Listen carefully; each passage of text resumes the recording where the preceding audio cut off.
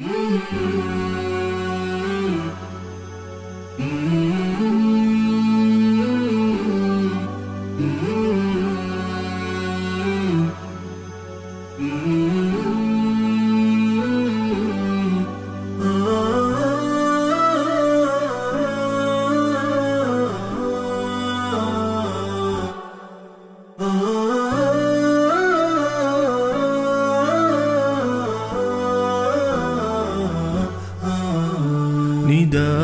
الحق صوت قد شجاني وبلغني الحقيقة والأماني وكان لي السبيل إلى المعالي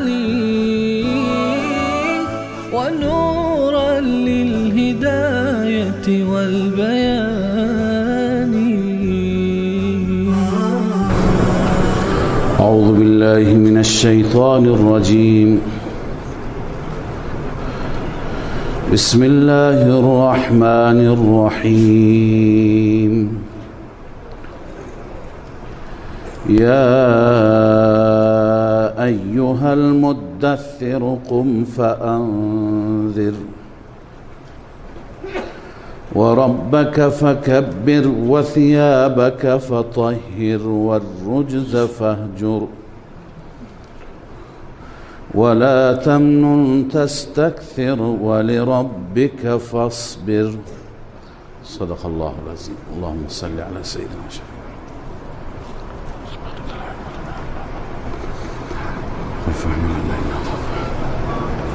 سوره مبارکه مدثر هست. ابتداءً ربط و مناسبت این سوره با سوره گذشته که ما در سوره قبل سوره مزمل خواندیم و رتل القرآن ترتیلا. خدای عزوجل به پیامبرش دستور داد که قرآن را بخوان، قرآن را در نمازهای شب، در نیمه شب برخیز، بلند شو و قرآن را با ترتیل، با رعایت آداب تلاوت زیبا تلاوت کن. و حال در سوره مدثر میخوانیم که نه تنها اینکه قرآن را تلاوت کن که نفع تلاوت و خیر تلاوت و سود تلاوت به خودت میرسد، بلکه برای دیگران هم قرآن را بیان کن، مطالب قرآن را و مسائل قرآنی را، دستورات قرآن را تبلیغ بکن، به دیگران هم برسان.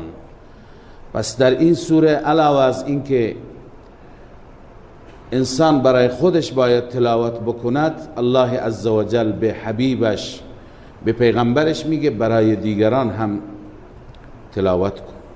در ارتباط با این آیات اولیه این سوره، تقریبا 6 آیه اولی که تلاوت شدند، نوشتند که این آیات هم جز اولین آیاتی هستند که بر رسول مکرم صلی الله علیه و سلم نازل شدند. البته اولین آیات بنابر تحقیق علما آیاتی هستند که در اول سوره علق هستند. اقرأ باسم ربک الذی خلق. بعد از آن یه زمانی و یک فاصله که در اصطلاح بهش فترة الوحی میگویند، در این زمان وحی نیامد و وحی بنابر مصالحی که الله بداند و آمادگی که در پیامبر عظیم الشأنش پیدا بشه، وحی قطع شد تا 3 سال. بعد از آن حضرت صلی الله علیه و سلم روزی مجددا تشریف بردند و به سوی همون غار رفتند، غار حرا رفتند که همون صدا را شنیدند. وقتی که آن حضرت نگاه کردند اطراف خودشون چیزی را ندیدند و به بالا که نگاه کردند آسمان را نگاه کردند، جبرائیل امین را برای اولین بار به شکل حقیقی و به شکل اصلیش دیدند که تمام افق را در بر گرفته بود. از مشرق تا مغرب تمام افق به غیر از جبرائیل و پرهای جبرائیل چیزی دیگه پیدا نمی شد. آن حضرت صلی الله علیه و سلم وحشت زده شدند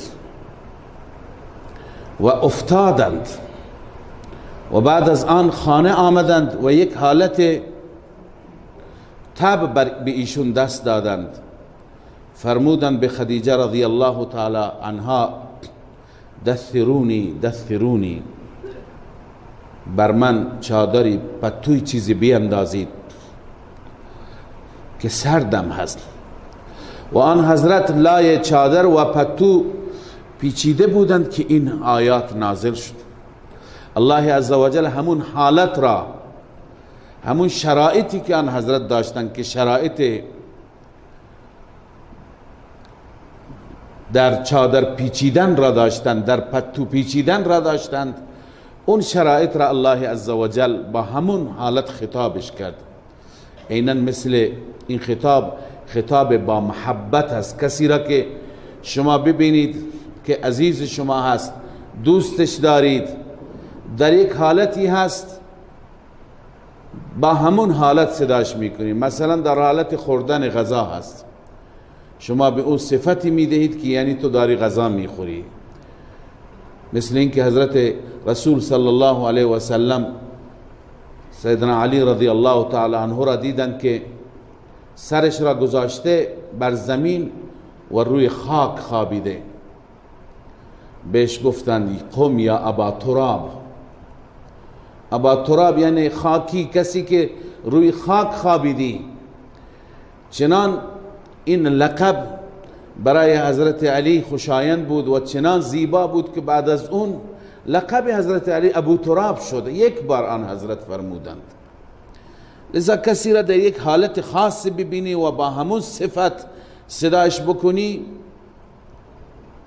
این صدا و این ندا و این صدا زدنش نوعی محبت هست و صدا و ندای محبت آمیز است. الله عزوجل وقتی که پیامبر محبوب خودشون را در اون پتو پیچوندن دیدند، فرمودند یا ایها المدثر، ای کسی که خود را در پتو پیچیدی، در چادر پیچیدی، قم فانذر. الان وقت استراحت نیست، وقت چادر و پتو نیست، تو رسالتی داری از سوی الله عزوجل.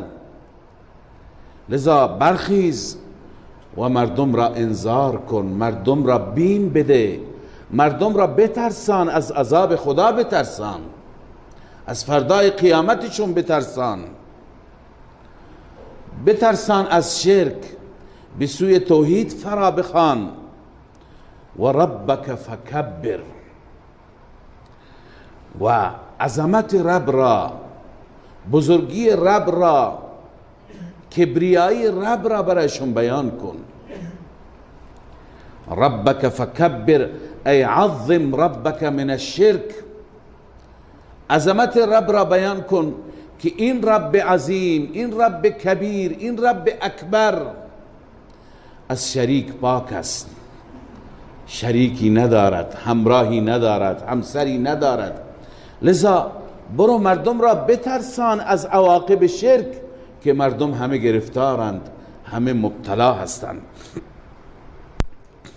رسول اکرم صلی الله علیه و سلم از اینجا در واقع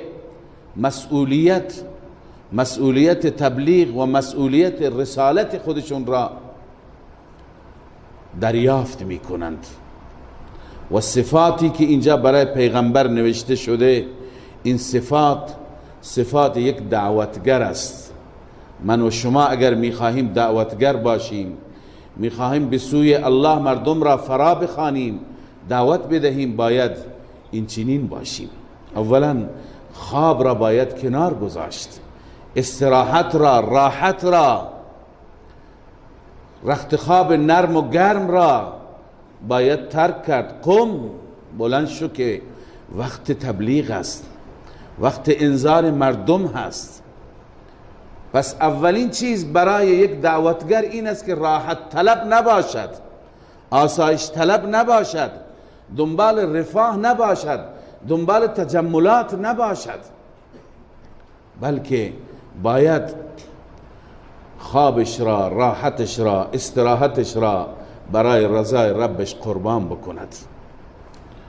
و بعد و ربک فکبر، اولین دعوت عظمت رب هست، عظمت پروردگار را، بزرگی الله را، شأن الله را باید در قلب مردم جای داد. باید قلب مردم را از هر غیر الله خالی کرد و فقط الله را قرار داد و جای داد. ربک فکبر، ای عظم ربک من الشرک، در دلها شرک نباشد. و سومین وظیفه و ثیابک فطهر، لباست را پاک کن. لباس را پاک کردن چند معنا میتونه داشته باشه، چند تفسیر میتونه داشته باشه که همه تفاسیر و مفسرین اشاره کردن. یکی اینه که انسان از نجاستهای حقیقی و نجاستهای ظاهری لباس خودش را پاک بکند. برای عبادت این لازم است، از شرایط نماز است، از شرایط عبادت است. تا زمانی که لباس ما پاک نباشد ما نمیتونیم نماز بخونیم، نماز ما درست نمیشه. این معنا و این مفهوم هم میتونه باشه، یعنی برای عبادت باید لباست پاک باشه. اما بسیاری از مفسران اعتقاد دارند که مراد از لباس این لباسی که من و شما به تن میکنیم نیست. اینم درسته، ولی از قرینه، از سیاق، از ادامه آیات میفهمیم که مراد از لباس عمل است. خدای عزوجل برای مؤمن بهترین لباس چه لباسی را معرفی میفرماید؟ و لباس التقوا ذالک خیر. لباس التقوا پیراهنی نیست که من شما به تن بکنیم. لباس تقوا به اون عملی گفته میشه که من و شما اون را انتخاب میکنیم، اختیار میکنیم در زندگیمون. لذا منظور از این لباس عمل است، اصلاح عمل مراد است. و ثیابک فطهر، اصلاح عمل است. و الرجز فهجر، اصلاح عقیده است. این لباست را پاک کن، اعمالت خوب باشد. یک داعی، یک دعوتگر، یک کسی که مردم را به سوی خدا فرا میخواند، اول باید خودش از نظر عملی الگو باشد. بزرگترین عابد، بزرگترین زاهد، بزرگترین انسان با تقوا، انسان با اخلاق، انسان با مرام، تمام اعمالش درست باشد، مطابق قرآن باشد، در وجودش بغض، حسد، کینه، غیبت، دروغ، بهتان، از این مسائل خبری نباشد. و رجز و ثیابک فطهر، لباست را پاک کن، لباس تقوا بپوش و لباس عمل بپوش. و رجز فهجر، و نجاست را ترک کن. نجاست، بزرگترین نجاست شرک است. الله عزوجل به مشرکان میفرماید یا ایها الذین آمنوا انما المشرکون نجس. مشرکان نجس هستند. پس بزرگترین نجاست شرکه. پس معنیش اینه که شرک را ترک کن، عقیده را اصلاح کن، عقیده را درست کن. از هر آن چیزی که الله عزوجل را راضی نمی کند دوری کن. پس و بعضی گفتن و الرجز به معنی الاوثان، بتها را ترک کن. و اونم یه نوع نجاستی هست، نوع شرک هست. لذا الله عزوجل می فرماید که هم عملت را درست کن، هم عقیدت را درست کن. تو موحد باش، یکتا پرست باش، عامل باش، با تقوا باش، خدا ترس باش و برو به سراغ مردم و مردم را هم به این سمت و سو دعوت کن. ولا تمنن تستكثر، اخلاقت را هم درست کن. یه داعی هم باید عقیدهش خوب باشد، هم عملش خوب باشد، هم اخلاقش خوب باشد. اینجا الله فرموده منت نگذار، ولا تمنن، چون منت گذاشتن نوعی بد اخلاقی هست. امکان داره کسی برای شما خدمتی کرده، شما را قرآن یاد داده، فرزند شما را تعلیم داده، بعد بگه که من بودم و من این همه برای شما زحمت کشیدم. این منت گذاشتن. منت کسی که بالخصوص برای دین خدا کار میکند، این منتش بی فایده هست، این منتش بی جا هست. لذا الله می فرماید ولا تمنن، بر تبلیغ منت نگذار که تستکثر، از این طریق زیاده طلبی بکنی. زیاده طلبی چی؟ بعضی استکثار مال گفتن، بعضی استکثار مقام گفتن، که منت بگذاری جایگاهت را ببری بالا، شخصیتت را ببری بالا، یا نه بخواهی مال جمع بکنی. هر دو درست نیست. داعی نباید به فکر مقامش باشه و همچنین نباید به فکر مال باشه که من خدمت میکنم کسی به من پولی بده، کسی به من شهریه‌ای بده، خلعتی بده. لذا الله عزوجل می فرماید که در راه خدا هم عملت خوب باشه، هم اخلاقت خوب باشه، هم عقیدت خوب باشه. و اگر در این راه نابرابری آمد، ناملایمات آمدند، ولربک فاصبر، به خاطر پروردگارت صبر کن، تحمل کن. دعوتگر باید صبور باشد، در مقابل مشکلات نباید عقب نشینی بکند، نباید خوف و هراس داشته باشد. لذا اینها صفاتی هستند که الله عزوجل برای رسول مکرمش، برای حبیبش مشخص می کند که در راه دعوت الی الله اینها را داشته باش، این صفات را، با این صفات خودت را بیارا و در راه الله حرکت کن، قم، قیام کن، برخیز و دین الله را به همگان برسان. بعد از پیام توحید و پیام الله، الله عزوجل در ارتباط با آخرت سخن می فرماید. مشرکین سه چیز را منکر بودند، هر سه تا اینجا بیان شده. یکی منکر توحید بودند، یکتا پرستی بودند، و یکی منکر قیامت بودند، و یکی منکر رسالت بودند. رسالت رسول الله را قبول نداشتند. این سه تا اصول دین ما هستند. کسی یکی را قبول داشته نباشه مسلمان نیست.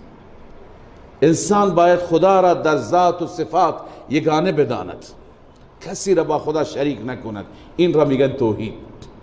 انسان باید اعتقاد داشته باشد که همه پیامبران از سوی الله عزوجل رسالت داشتند و آمدند، به ویژه محمد رسول الله صلی الله علیه و سلم آخرین پیامبر الله است. پیام الله را تا قیامت برای همه مردم رسوندند. این باور داشته باشه. سوم، اعتقاد داشته باشه بعد از مرگ برخاستن مجددی هست، زندگی مجددی هست که باید در رابطه با این زندگی دنیا حساب پس بدیم. این را باید انسان باور داشته باشد. این ستاره اگر داشتیم، اینها میگن ایمان به اصول دین، مسلمان هستیم. بقیه اعمال هستند. لذا الله می فرماید فاذا نقر فی الناقور، زمانی که سور دمیده میشه، آغاز قیامت از اونجا شروع میشه، سور اسرافیل زده میشه. فاذا نقر فی الناقور، نقر یعنی نفخ، زمانی که دمیده میشه، زده میشه ناقور اسرافیل، فذلک یومئذ یوم عسیر. الله می فرماید آن روز سختی هست، روز آسانی نیست. الله از سختی قیامت نجات بده، خیلی سخته. فذلک یومئذ یوم عسیر، آن روز سختی است، به ویژه علی الکافرین غیر یسیر، بر کافران آسان نیست. کافران بدبختن اونجا، هیچ امیدی برای اونها نیست. مسلمان هنوز امید داره، اونی که در دلش ایمان موج میزنه، در دلش توحید و یگانگی الله هست، اون امیدواره. اون اگر مشکلی داشته باشه شاید از همین ابتدا بر اون لطف بشه، یا اگر خدای نکرده گوشمالی داده بشه بالاخره نتیجه خوب میگیره، نجات مییابه. اما علی الکافرین غیر یسیر، بر کافرین آسان نیست، بسیار سخت است. ذرنی و من خلقت وحیدا،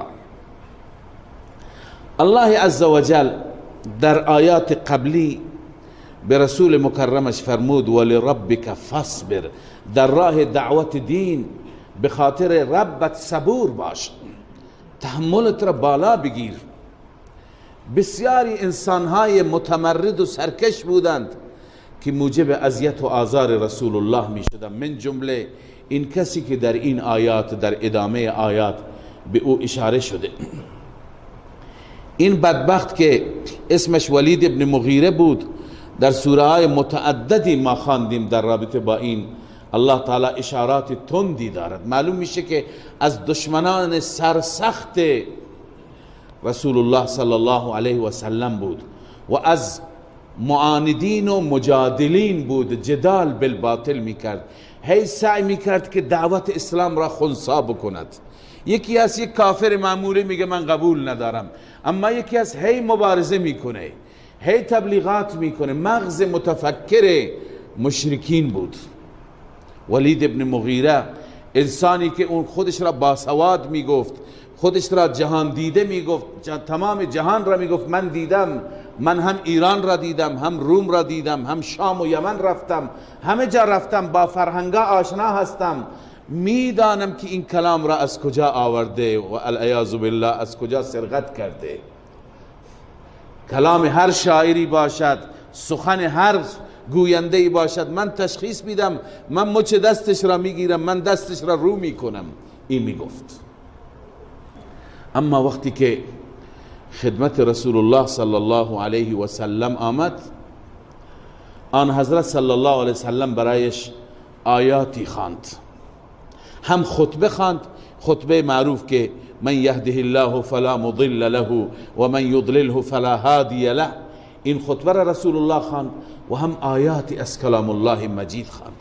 این انسان پر ادعا، این کسی که می گفت من با همه فصاحت ها و بلاغت ها و فرهنگ ها و تمدن ها آشنا هستم و دستش را رو می کنم، این منقلب شد، تعجب کرد این چه کلامی هست، حالش به هم خورد، برای لحظات گیج شد، هیچ چیزی نگفت و بعد از اون تا چند روز سکوت کرد. احساس میکرد این کلام بشر نیست، میخواست بیاید به طرف ایمان.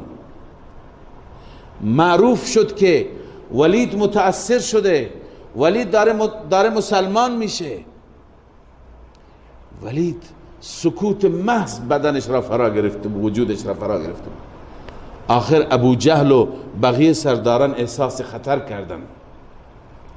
یه روزی از همین روزهایی که ولید داشت فکر میکرد، قرآن هم درباره فکرش صحبت میکنه، انه فکر و قدر. ولید داشت فکر میکرد که چیکار بکنه. ابو جهل رفت خانه اش، گفت که ما ملت قریش تصمیم گرفتیم برای تو پول جمع آوری بکنیم. یک کسی بود که خیلی سرمایه‌دارم بود، هم باسواد بود، هم سرمایه بسیار زیادی داشت. میخواست طعنه‌اش بزنه، از راه تعصب میخواست وارد بشه.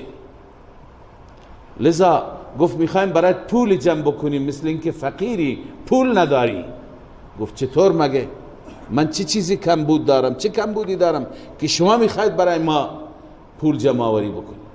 گفت آخر میبینیم که تو هم میخوای بری و برده محمد بشی، غلام محمد بشی، مشکل داری، پول کم داری، ما بهت بدیم. مرد حسابی، تو یکی از سرداران هستی، تو جایگاه خودت را نمیدونی. از این راه وارد شد، تو شخصیت خودت را فراموش کردی. گفت آخه چی کار بکنم که میترسم اگر واقعا کلام خدا باشد عذابش سخته. ابو جهل گفت اگر عذابی بود به گردن من عذاب تو را میکشم، ولی نکن این کار را. جمله‌ای بگو، چیزی بگو که مردم دارن متأثر میشن بر علیه محمد. گفت چی بگم؟ گفت بگو شاعر هست، کاهن هست، هر چی. گفت سوگند به خدا که کلامش با کلام شاعران هیچ مشابهتی ندارد. گفت پس یه چیزی بگو. گفت باید فکر بکنم. خلاصه اول به طرف ایمان داشت می آمد، اما با این جلسه و با این تحریک و با این تعصبات کم کم فاصله گرفت. آخر گفت که جادو هست، جادو هست که در انسان تأثیر میگذارد و حتی من هم متأثر کرد. منم برای لحظاتی، برای روزهایی، برای ایامی متأثر شدم. لذا به این صورت مبارزه کرد با قرآن مجید و مردم را و فکر مردم را به بیراهه کشید. الله عزوجل اینجا تهدید میکنه این بدبخت را و امثال این را، تمام کسانی که در مقابل قرآن هستند. امروز هم کسانی که بر علیه قرآن تبلیغات میکنند. دشمنی قرآن خیلی سخته. هستند گروهایی تو این ماهواره ها نشستن، شب و روز آیات قرآن را میخوانند، ترجمه فارسی حتی میکنند، بعد از اون ایرادات میگیرند. اینجا قرآن از نظر تاریخی دچار اشتباه شده، اینجا این اشتباه علمیش هست. افرادی کتاب هم نوشتن، لذا ولیدها زیاد هستند. به این خاطر ما هیچ وقت آیات را منحصر به فرد خاصی نمی کنیم. لذا الله می فرماید ذرنی ها. این ولید وقتی که ابو جهل گفت که چت شده، چرا متأثر شدی، کلامی گفت که علامه قرطبی این کلامش را برای ما نقل کرده. گفت والله لقد سمعت منه کلاما، سوگند به خدا که من از محمد سخنی شنیدم که ما هو من کلام الانس، این کلام انسان نیست، ولا من کلام الجن، و کلام جنم نیست، نه کلام انس و نه کلام جن. و ان له لحلاوه، کلام این یک شیرینی خاصی دارد. و ان علیه لطلاوه، و یک لذت خاصی دارد و تأثیر خاصی بر وجود انسان دارد. و ان اعلاه لمثمر، اعلای این کلام تشبیه میده به یک درختی، بالایش را نگاه میکنی پر از میوه هست.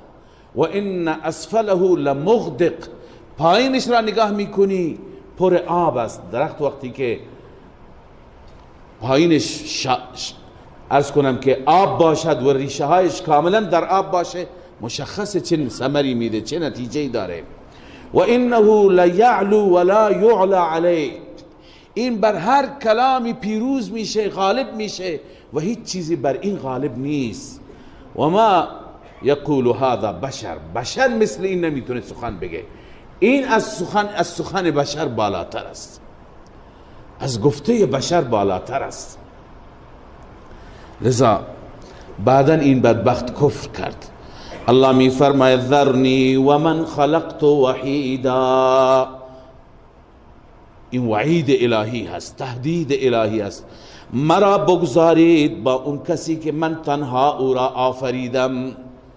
خلقت وحیدا را چند تفسیر کردن. یکی این که من به تنهایی آفریدم، در آفرینش او هم میداند که خدا شریک ندارد، چرا در عبادت شریک داشته باشد.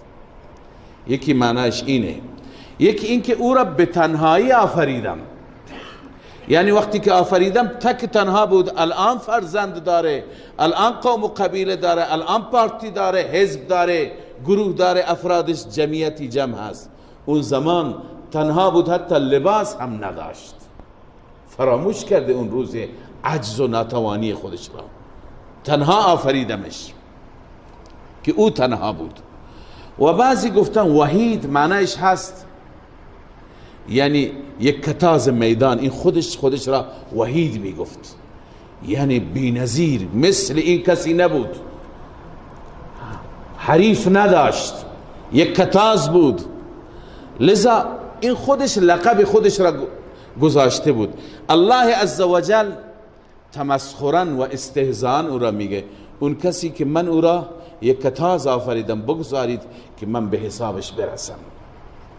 و جعلت له مالا ممدودا، اون انسانی که من قرار دادم برای او مال فراوان، این همه مال من الله بهش دادم، از کجا این مال ها را آورده؟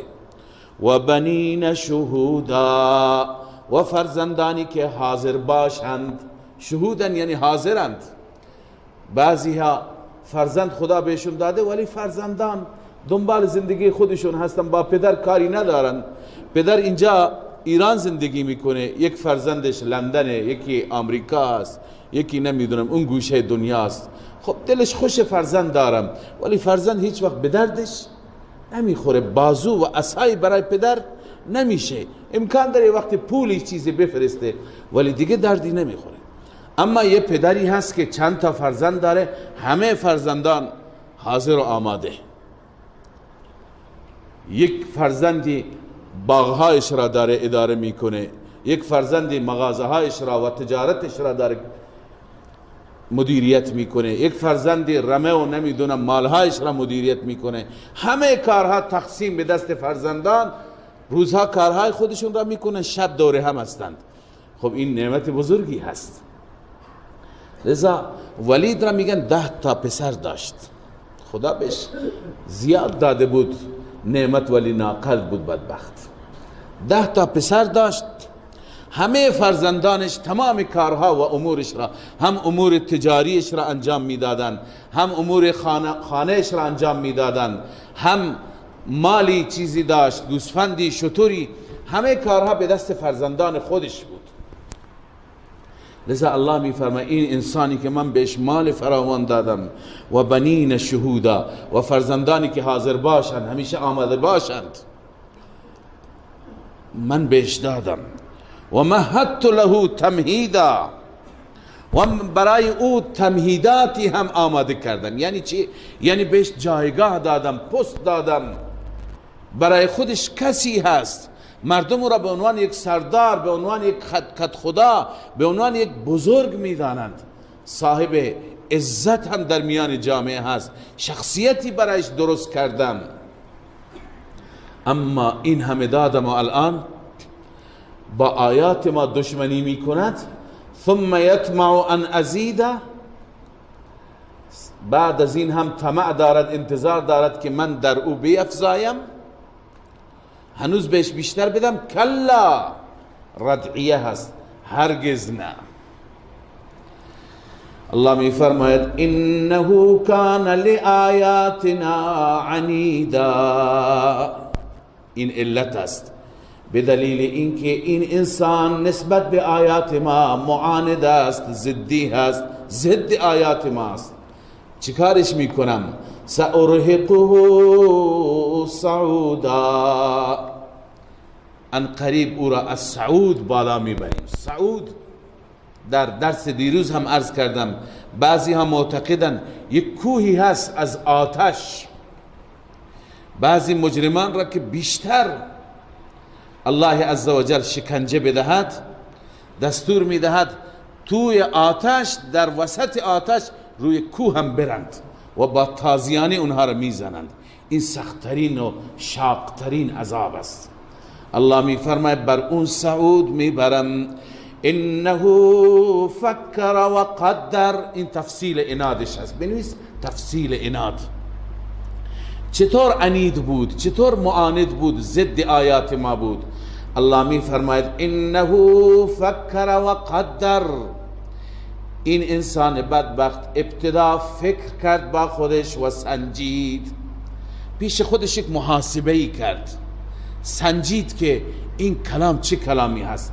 فقتل کیف قدر. الله می فرماید مرگ بر او، لعنت بر او. قتل یعنی کشته بشه، منظور همون لعنت خداست، نفرین خداست. لعنت بر او. کیف قدر، چگونه بد سنجید. ثم قتل کیف قدر، سپس لعنت بر او، چگونه بد سنجید. به جای اینکه بیاید به طرف هدایت، به جای اینکه خدای عزوجل اون نور هدایت را بهش نشان داد که بیاید به طرف هدایت، اما این تعصب غالب شد، عناد غالب شد، تکبر غالب شد که مشرکین مکه عارش دادند. ثم نظر، سپس نگاه کرد. ثم عبس و بصر، بعد از اون عبوس شد. عبوس شد و بصر، چهرهش در هم گرفته شد، در هم پیچید، چهرهش هم عبوس شد و هم در هم برهم شد. ثم ادبر و استکبر، سپس به جای اینکه بیاید به طرف ایمان، بیاید به طرف هدایت، ادبر، پشت داد و استکبر و تکبر کرد، رفت به طرف کفر. چی گفت؟ فقال ان هذا الا سحر یؤثر. این نیست مگر جادویی بود. یؤثر، ینقل، نقل شده از جاهای دیگه. این جادویی هست که از بلاد دیگه این را آوردند و انسان را متأثر می کند، دگرگون می کند. میخواست توجیه بکنه حالت خودش را که اگر من هم متأثر شدم چون جادو بر من اثر کرد.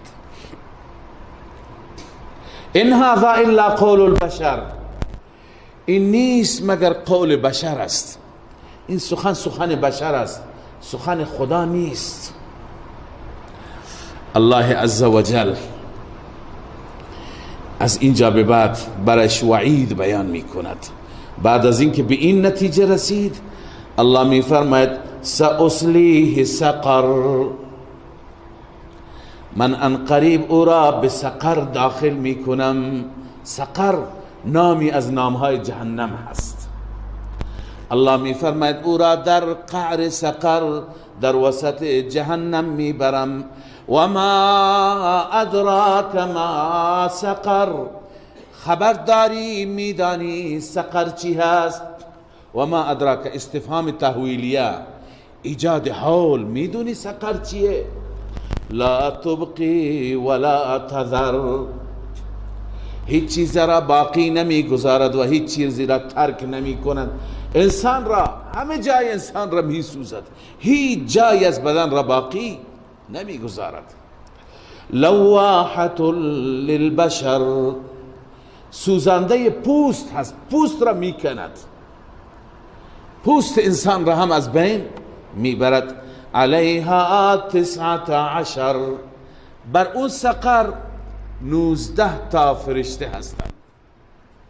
این عدد 19 امتحانی هست. خود آیه در ادامه می فرماید این امتحان الهی هست. چرا 19؟ والله اعلم. باز 19 عددشون 19 هست، یا 19 گروه هستند، 19 گردان هستند، والله اعلم. الله که گفت فرموده 19 تا، ما هم ایمان داریم 19 تا، بیشتر نمی پرسیم. اگر تفصیلی آمده باشد میگیریم، اما جای تفصیلش نیامده. اما خدای عزوجل می فرماید این عدد 19 هم امتحانی هست. به وسیله این عدد بعضی گمراه میشن، مثل مشرکان که مسخره کردند، گفتن عجب، پس اونجا همش 19 تا فرشته هست، کی میتونه حریفشون باشه؟ ابو جهل گفت بچه های قریش، جوانان قریش، شما نمیتونید حریف 19 تا بشید؟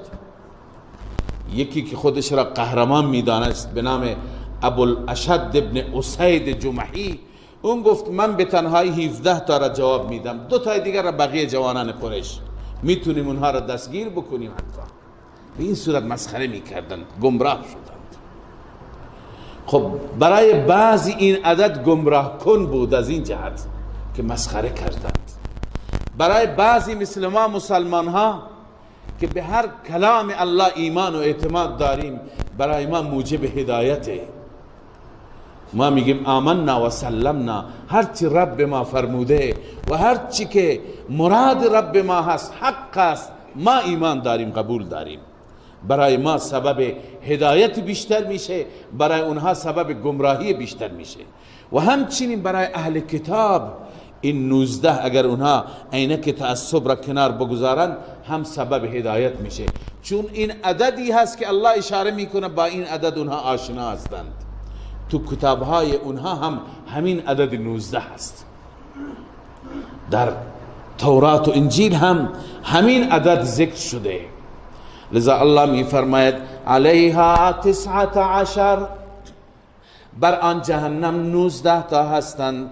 و ما جعلنا اصحاب النار الا ملائکه، الله می فرماید اصحاب نار را ما قرار ندادیم اینهایی که بر آتش داروغه هستند مگر ملائکه هستند، اما این تعدادشون. و ما جعلنا عدتهم الا فتنة للذین کفروا، این تعداد را ما قرار ندادیم مگر فتنه برای کفار، سبب فتنه شد برای اونها. بدبخت ها کفر بیشتر کردند، مسخره بیشتر کردند. بله، لیستیقن الذین اوتوا الکتاب، این لام لام عاقبته. عاقبت و انجام این عدد چی میشه؟ این میشه که یقین کنند کسانی که کتاب داده شدند، یقین میکنن کتاب کتاب خداست، چون موافق کتاب ماست. در اون کتاب هم همین عدد ذکر شده. و یزداد الذین آمنوا ایمانا، و این عدد می افزاید در مؤمنین ایمانشون را. وقتی ما میگیم ما به این عدد ایمان می آوریم، پس ایمان ما هم اضافه میشه. ولا یرتاب الذین اوتوا الکتاب والمؤمنون، و باز شک نمی کنند کسانی که کتاب داده شدند، اهل کتاب بدون تعصب، و همچنین مؤمنون شک نمی کنند در این عدد، میدونن این عدد عدد خاصی هست. اما نتیجه دیگر از این عدد ولیقول الذین فی قلوبهم مرض والکافرون، عاقبت این لام لام عاقبت، باز هم عاقبت و آخر الامر این میشه که میگویند کسانی که در دلهایشون مرض است، یعنی منافقین و کفار میگن ماذا اراد الله بهذا مثلا، خداوند از این صفت، مثل به معنی صفت، از این صفت، از این مثل چه اراده دارد؟ 19 یعنی چه؟ چرا 19؟ الله عزوجل بعضی از آیات را قبلا خدمت شما در باب متشابهات عرض کردم، لازم نیست فلسفه هر چیز را ما در همین دنیا بدونیم. کذالک یضل الله من یشاء و یهدی من یشاء، این چنین الله گمراه می کند کسی را که بخواهد، مثل مشرکین گمراه تر میشن، و هدایت می فرماید کسی را که بخواهد. اما حقیقتش این معلوم میشه که این 19 رمزی هست، این 19 از رموز الهی هست، و الا تعداد فرشتگان الله بهتر میداند. الله می فرماید و ما یعلم جنود ربک الا هو، جنود و لشکریان رب را نمیداند مگر او، فقط الله میداند چه تعدادی هستند. فقط در یک روایتی من خدمت شما در سوره مومن اون روایت را عرض کردم و ذکر کردم که وقتی که فرشتگان الذین یحملون العرش و من حوله، تحت این آیه اونجا نوشتن علما که تعداد فرشتگان الله بهتر میداند. فقط در روایت آمده که در بیت المعمور موازی بیت الله هست. اینجایی که بیت الله در مکه مکرمه قرار دارد کاملا موازی و روبروی این بالاتر از آسمان ها، آسمان هفتم یه جایی هست محل طواف فرشتگان. جای بسیار وسیع هست، اسمش هست بیت المعمور. در اون بیت المعمور هر روز 70,000 فرشته طواف میکند، هر روز. و این 70,000 نفر دیگه تا قیامت نوبت بهشون نمیرسه، همین یک بار. آجی ما اهل سعادت سال یک بار میره، 2 سال یک بار میره، اون فرشته دیگه تا قیامت بهش نوبت نمیرسه، اونم هر روز، نه اینکه مثل ما سال یک بار، هر روز. شما الان بسنجید، از عقل خیلی فراتر این بس که تعدادشون چقدر هست. و ما یعلم جنود ربک الا هو، لشکریان رب را هیچ کس نمیدانند مگر خود الله میداند. و ما هی الا ذکرى للبشر. و ما هی بحث سقر آمد، نه؟ الله فرمود که من این دشمنم را در سقر داخل میکنم که بر سقر 19 تا هستند. میفرماید الله و ما هی الا، نیست این ذکر سقر مگر پندی هست، تذکری هست برای بشر. حال الله عزوجل بعد از این در رابطه با جهنم، چون بحث جهنم آمد، در رابطه با جهنم الله عزوجل میفرماید، الله میفرماید کلا عند شیخ حسین علی رحمه الله میفرماید این کلا ردعیه نیست، این کلا به معنی حق هست. کلا یعنی حقا، یعنی شک نکن، حقیقت اینه. کلا والقمر، سوگند به ماه شاهد است، واللیل اذ ادبر، و همچنین سوگند به شب وقتی که ادبر پشت میداد. شب که پشت بدهد چی میاد؟ سپیده، صبح میاد، نه؟ یعنی خداوند هر جا سوگند به نور میخورد. واللیل اذ ادبر، شب وقتی که پشت بدهد، بعد از اون چی میشه؟ والصبح اذا اسفر، صبح وقتی که روشن میشه. انها لاحدى الكبر،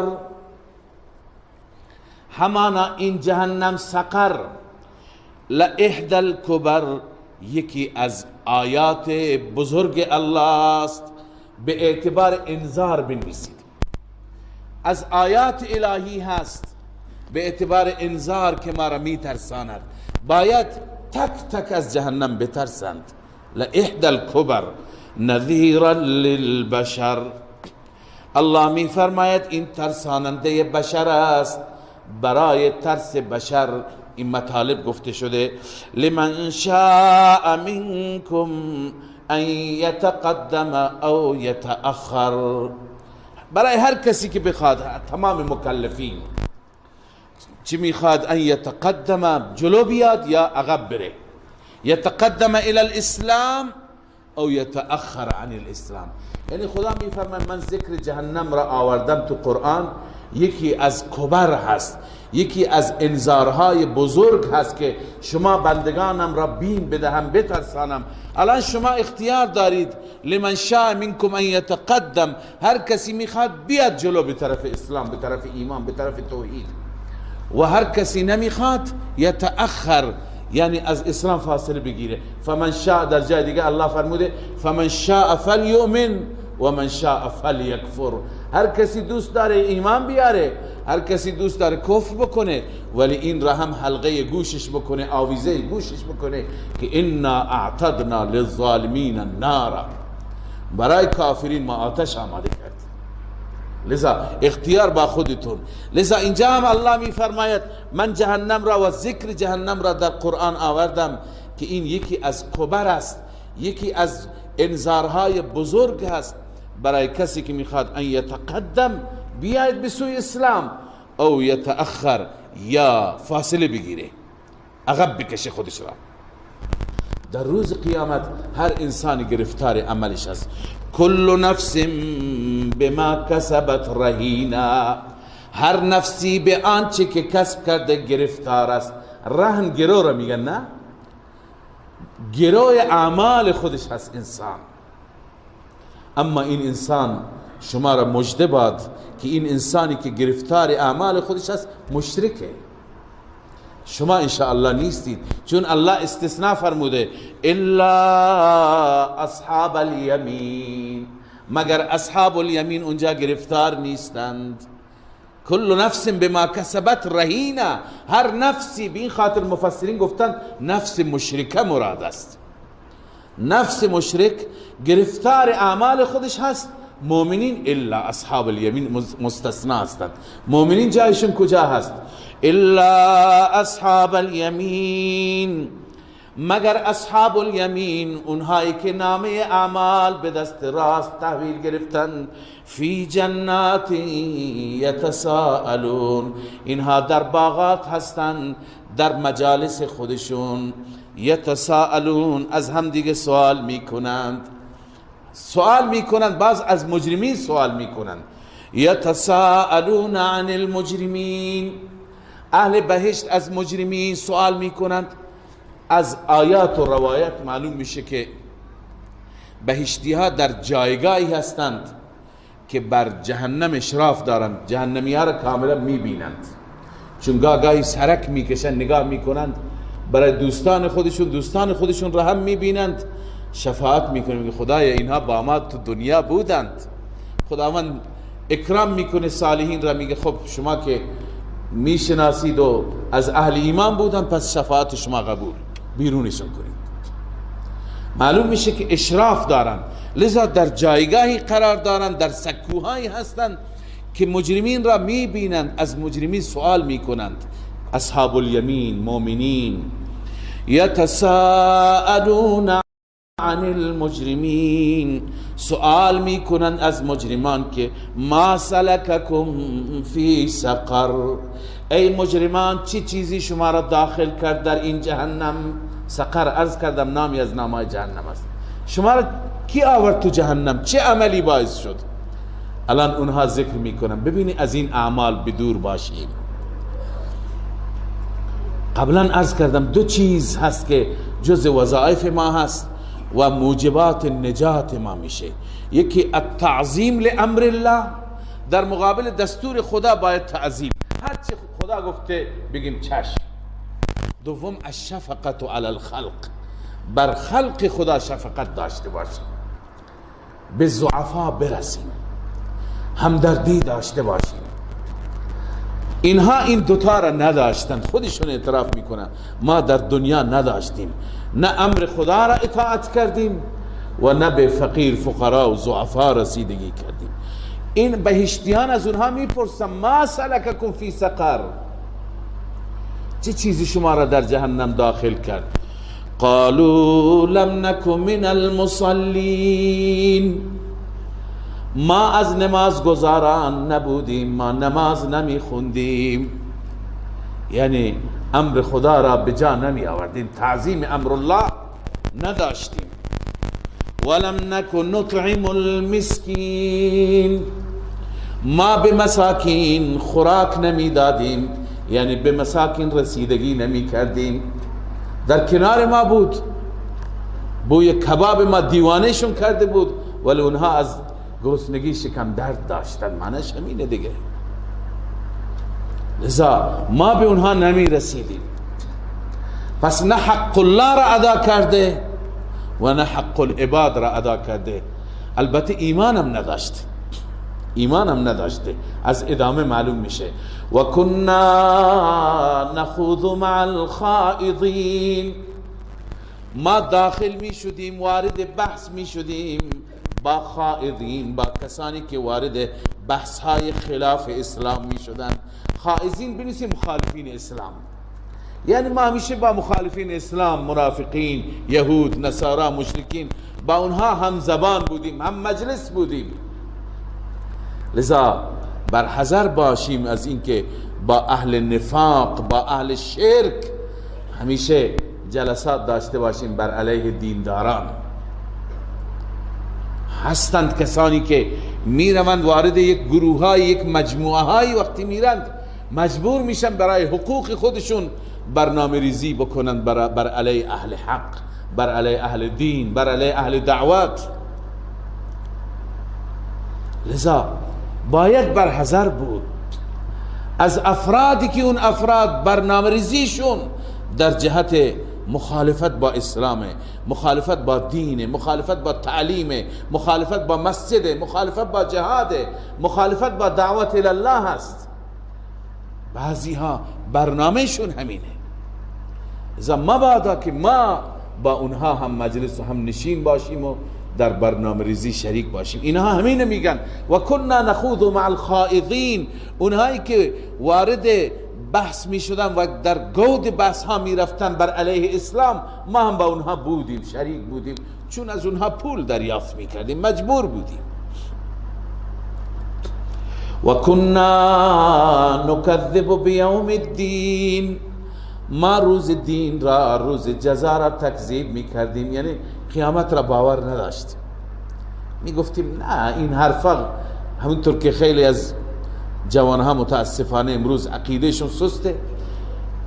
بعضی پدران شکایت میکنن وقتی که بهشون گفته میشه این کارا را انجام بده، میگه حرفا قدیمی شده، الان وقت دور جدید است، الان زمان تکنولوژی هست، به طرف بحث‌های دیگه بریم. اصلا از خدا و نماز و قیامت خبری در دلشون نیست، باور ندارن. بعضی‌ها باور ندارن ولی به زبان جرأت نمیکنن بگن. اینها اونجا میگن و کنا نکذب بیوم الدین. ما روز جزا را، روز قیامت را تکذیب میکردیم. حتی اتانا الیقین، حتی که موت آمد، مرگ آمد، بعدا متوجه شدیم که اینا راست بود. الان الله میفرماد اینا چون ایمان نداشتند هیچ شفاعتی برای اینها مفید نمیشه. فما تنفعهم شفاعت الشافعین. نفع نمیده برای به اینها شفاعت سفارش کنندگان. سفارش کنندگان هیچ شفاعتی نمیتونن در حق اینها بکنن. الله عزوجل حال در این دنیا بر این افراد زجر بیان میفرماید. اونجا قیامت پشیمانه که چرا من گوش به حرف نکردم، چرا من از خیرخواهان گوش نکردم، چرا الان در دنیا هنوز زنده هستی از این پند و موعظه الهی گریزانی، از قرآن میترسی. فما لهم عن التذکرة معرضین. توبیخ میکند الله این افراد را. چه شده اینها را که از تذکره، از پند و اندرز از قرآن روی گردانند؟ چنان از قرآن و از صدای قرآن تنفر دارند که کأنهم حمر مستنفره فرت من قسوره. گویا اینها الاغ وحشی هستند. حمر الاغ وحش را میگن، گور خر به اصطلاح، که معروف هست. فرت من قسوره، همین که غرش شیر بشنود چنان فرار میکند که اصلا پشت سر نگاه نمی کند. فرت اون الاغ وحشی، اون گور خری که فرار میکند من قسوره، از غرش شیر، از آواز شیر. تو جنگل وقتی که شیر یک بار بغرد او دیگه تا جایی که میتونه فرار میکنه. اینها در دنیا همین طور هستند، از قرآن روی گردانند، جایی که صدای قرآن اینها فرار میکنند تا نشنوند. چرا؟ بل یرید کل امرئ منهم ان یؤتی صحفا منشره. بلکه شاید میخواهد هر یکی از اینها که داده بشه یک صحیفه باز و مفتوح، یعنی برای هر یکی انتظار در یک نامه خصوصی برش بیاد، به نامش، به عنوانش، جناب ابو جهل، جناب عتبه، بیا ایمان بیار. این انتظار را دارد به صورت خصوصی؟ کلا، هرگز چنین نیست. الله میفرماید اصلش اینه که اینا به آخرت ایمان ندارن، اینقدر جسورند، اینقدر جری هستند، اینقدر گستاخ و بی‌ادبند، چون اینها ایمان ندارن. کلا بل لا یخافون الاخره. بلکه اینها نمی ترسند از آخرت، چون به آخرت اعتقاد ندارن. کلا انه تذکره. حال الله به ما مسلمان ها میگوید کلا، یعنی حقا، این حق است ای مسلمان، انه تذکره، این قرآن برای تو پندی هست، از این پند بگیر، از این برای زندگی خودت برنامه بگیر. فمن شاء ذکره، هر کسی میخواهد ذکره، این را یاد کند، مطالبش را بیاموزد، مطالبش را بگیرد. و ما یذکرون الا ان یشاء الله، الله می فرماید یاد نمی کنند، از این قرآن پند نمی گیرند مگر اینکه خدا بخواهد. هو اهل التقوى و اهل المغفره، خداوند اهل تقوا و اهل مغفرت است. یعنی اهل تقوا یعنی چی؟ یعنی خداوند اهلیت این را دارد و صلاحیت این را دارد که از او باید بترسیم.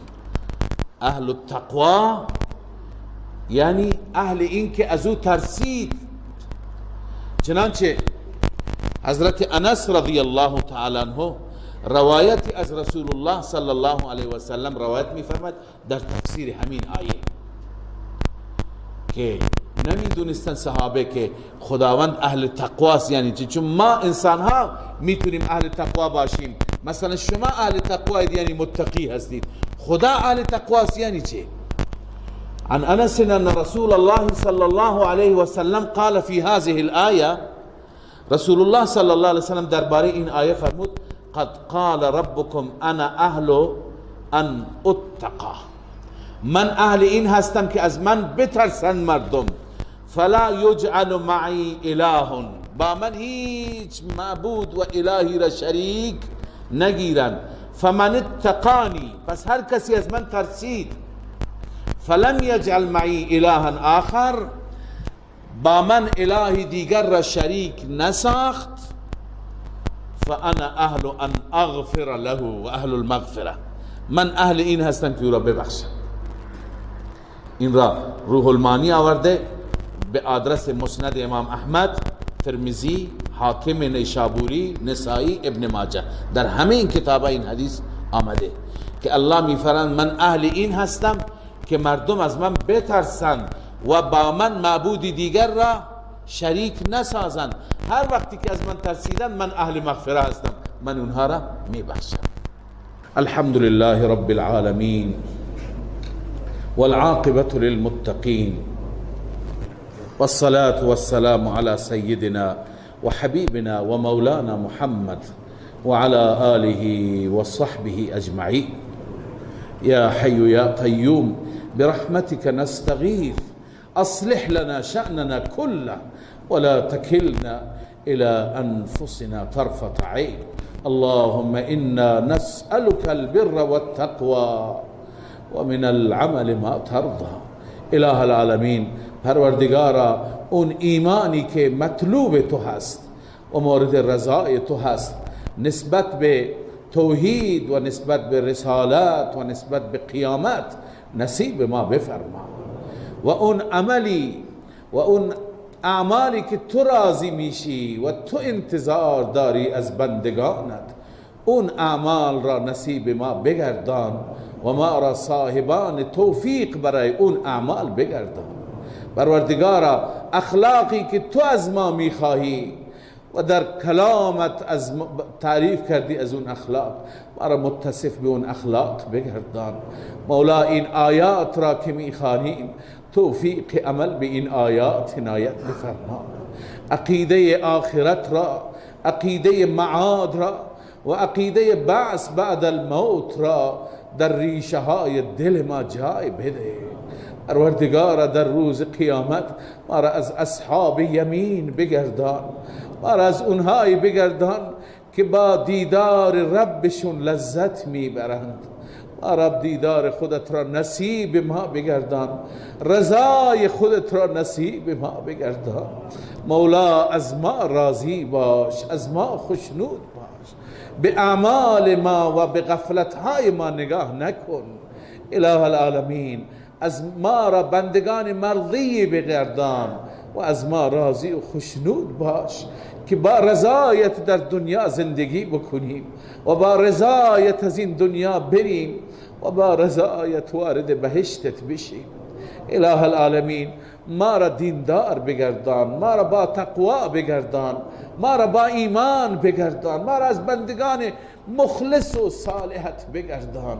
اله العالمین پروردگار، از گناه، از معصیت، از بدعت، از خرافات، از هر آنچه که تو را ناراضی می کند ما را توفیق اجتناب و دوری عنایت بفرما. اله العالمین پروردگار مشکلات ما را حل بفرما، مشکلات دینی را، مشکلات دنیوی را، همه نوع مشکلات را حل بفرما. گذشتگان ما را غریق رحمت بفرما، بالخصوص اساتید، مشایخ، پدران و مادران ما که رفتند، روحشان را شاد بفرما و درجاتشان را در جنت الفردوس بلند بفرما. ما را، خاتمه ما را هم با ایمان بگردان و ما را در زمره اهل بهشت قرار بده. پروردگارا بر ما فضل بفرما، بر ما لطف و احسان بفرما، ما را جز محرومین قرار نده، ما را مردود دربارت قرار نده، ما را از مقبولین قرار بده. اله العالمین مقبولیت نصیب بفرما و شرایط و صفات مقبولین را در ما پیدا بفرما.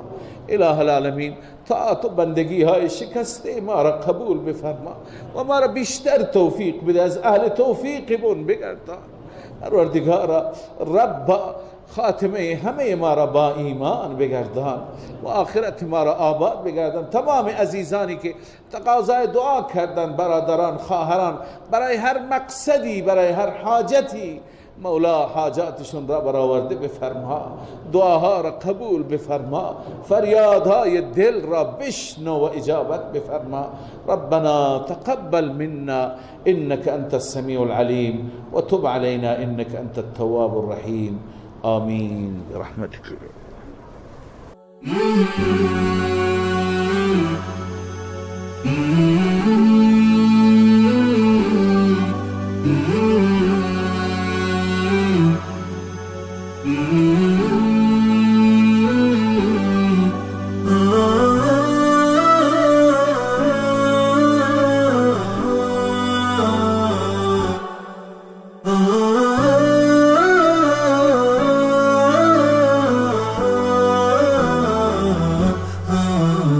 نداء الحق صوت قد شجاني وبلغني الحقيقة والأماني، وكان لي السبيل إلى المعالي ونورا للهداية والبيان.